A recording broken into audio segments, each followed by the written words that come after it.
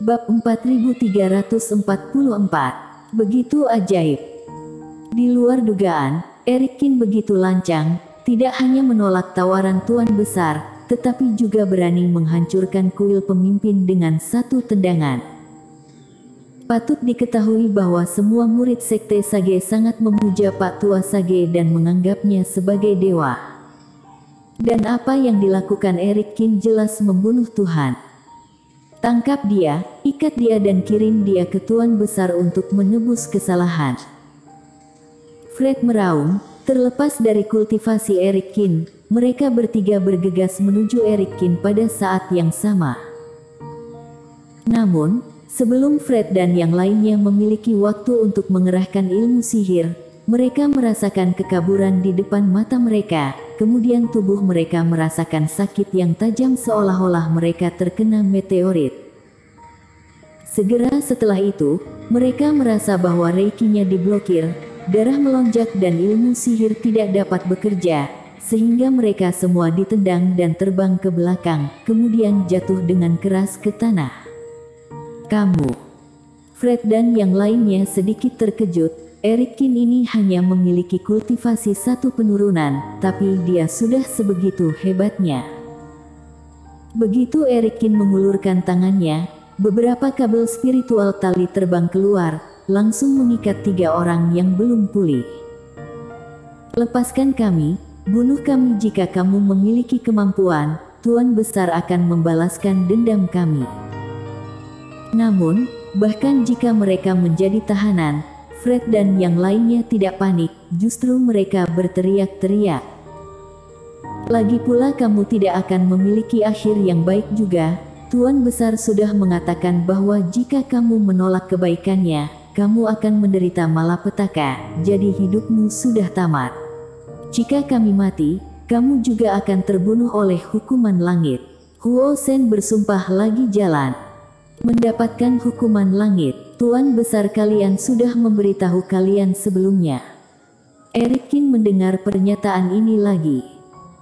Apakah Tuan Besar yang ajaib ini begitu yakin tentang apa yang akan terjadi padanya sehingga memberitahu bawahannya terlebih dahulu? Mengabaikan mereka bertiga, Erikin berjalan mengitari reruntuhan istana dan menemukan sebuah formasi di belakangnya. Formasi teleportasi. Setelah meneliti sebentar, Erikin meraih Huo Shen dari udara. Untuk apa formasi ini? Fred mendengus dingin. Jangan menganggap dirimu sangat penting, Tuan Besar sibuk dengan hal-hal penting, jadi dia mengirim kami untuk menunggumu. Formasi ini digunakan untuk menteleportasi wilayah laut yang luas ini. Jika bergabung dengan kami, kamu dapat berteleportasi untuk bertemu. Formasi ini paling banyak bisa menempuh jarak ribuan mil dan Tuan Besarmu berjarak ribuan mil. Erikin mengangkat alisnya. Kamu tidak menggorek kebenaran dariku, aku jujur saja Tuan Besar telah mengatur formasi di sepanjang jalan. Selama kamu menggunakan formasi, kamu dapat melakukan perjalanan ke semua tempat yang pernah kita kunjungi. Fred ragu-ragu sejenak, lalu berkata, dengan kata lain, ada banyak formasi di sepanjang rute ini yang khusus disediakan untuk kultivator Sekte Sage untuk berkeliling. Kata Erikin. Benar, dengan begini kami dapat menghemat banyak waktu, tidak perlu membuang puluhan hari untuk menunggumu. Fred mengangguk. Aku ini musuhmu, tapi kamu menjawabnya dengan begitu mudah. Kata Erikin. Meskipun aku tidak takut padamu, kedua bawahanku hanyalah orang lemah dan kamu bisa mendapatkan hasil yang sama jika kamu menekan mereka, jadi kenapa aku harus repot-repot? Fred berkata dengan nada menghina. Erikin membeku sesaat, Fred ini sangat menarik perhatian. Dia sudah melihat ketakutan di mata kedua orang itu sebelumnya. Selama Fred tidak bekerja sama, dia juga bisa menggunakan cara lain untuk membuka mulut mereka. Kamu orang yang sangat pintar, tapi kenapa kamu bisa tersihir oleh Pak Tua Sage? Erikin menggelengkan kepalanya dan berkata, bukan tersihir, tapi tertarik. Mata Fred dipenuhi dengan antusiasme. Pak Tua Sage tidak ada bandingannya di dunia.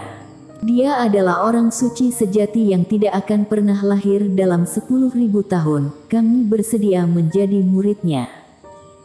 Erikin menggelengkan kepalanya dan melemparkan Fred ke tanah. Orang-orang ini waras, jelas tidak di bawah kendali pikiran. Sama seperti tetua Gao dan lainnya yang dirinya temui sebelumnya. Namun, ada semacam pemujaan yang aneh dari jiwa, dirinya benar-benar tidak tahu bagaimana Pak Tua Sage melakukannya. Intinya orang ini jahat. Buka formasi teleportasi ini dan bawa aku ke sisi lain. Perintah Erikin.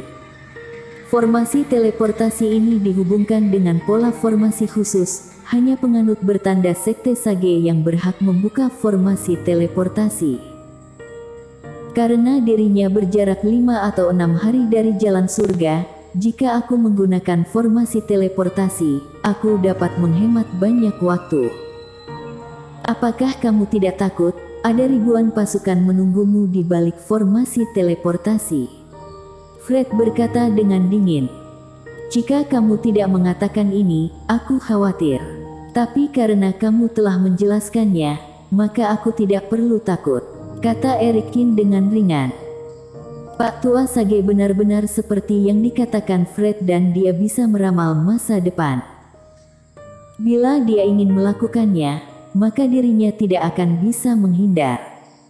Dan sekte pemujaan kepribadian semacam ini paling takut merusak reputasi pemimpin. Jika benar-benar ada masalah di balik formasi teleportasi, dirinya akan membunuh Fred dan yang lainnya terlebih dahulu, baru kemudian membunuh puluhan murid Sekte Sage.